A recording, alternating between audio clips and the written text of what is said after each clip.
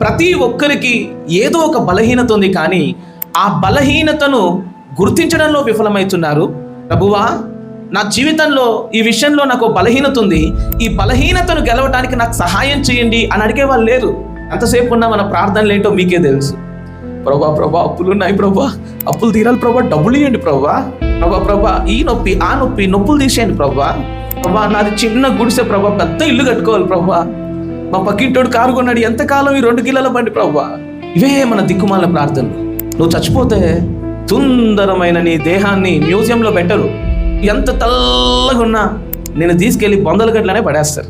నీదెంత నాజూకైన దేహం, సుందరమైన దేహం, తారుజ్యము కలిగిన దేహం, సౌందర్యవంతమైన దేహం అయినా సరే, నువ్వు చనిపోయిన తర్వాత 2 రోజులు నీ ఇంట్లో పెట్టుకోవడానికి నీ సొంత వాళ్ళు ఇబ్బంది పడతారు, ఊరవతలు పడేసి వస్తారు. ఈ దేహం కోసం నీ ఏడుపు. నువ్వు చచ్చిపోయిన తర్వాత భూమి మీద గీతలు గీసుకొని ఇది నాది అది నీది అని పంచుకున్నావే, ఏదీ నీది కాదు. నేను తీసుకెళ్ళి అవతలు పడేసి వస్తారు.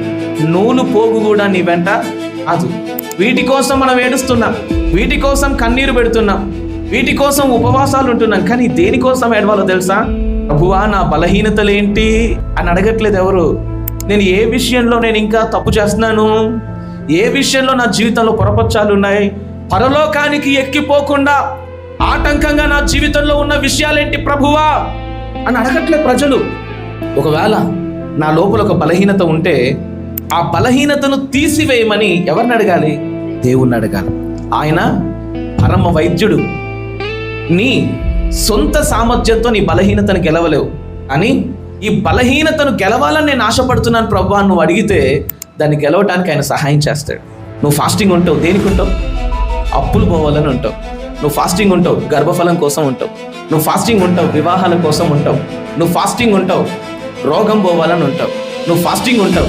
ఎంతసేపు ఉన్న అపవాది నిన్ను ఎక్కడ బంధిస్తున్నాడంటే ఇహలోక పరమైన భౌతికమైన విషయాల కోసం ఏడ్చే బిడ్డగా చేస్తున్నాడు తప్ప ఇహలోకానికి ఎక్కిపోయే బిడ్డగా నువ్వు తయారవ్వడం కోసం నిన్ను వాడు ఏడవనీయట్లేదు. అది డీమోన్ యొక్క ట్రాప్.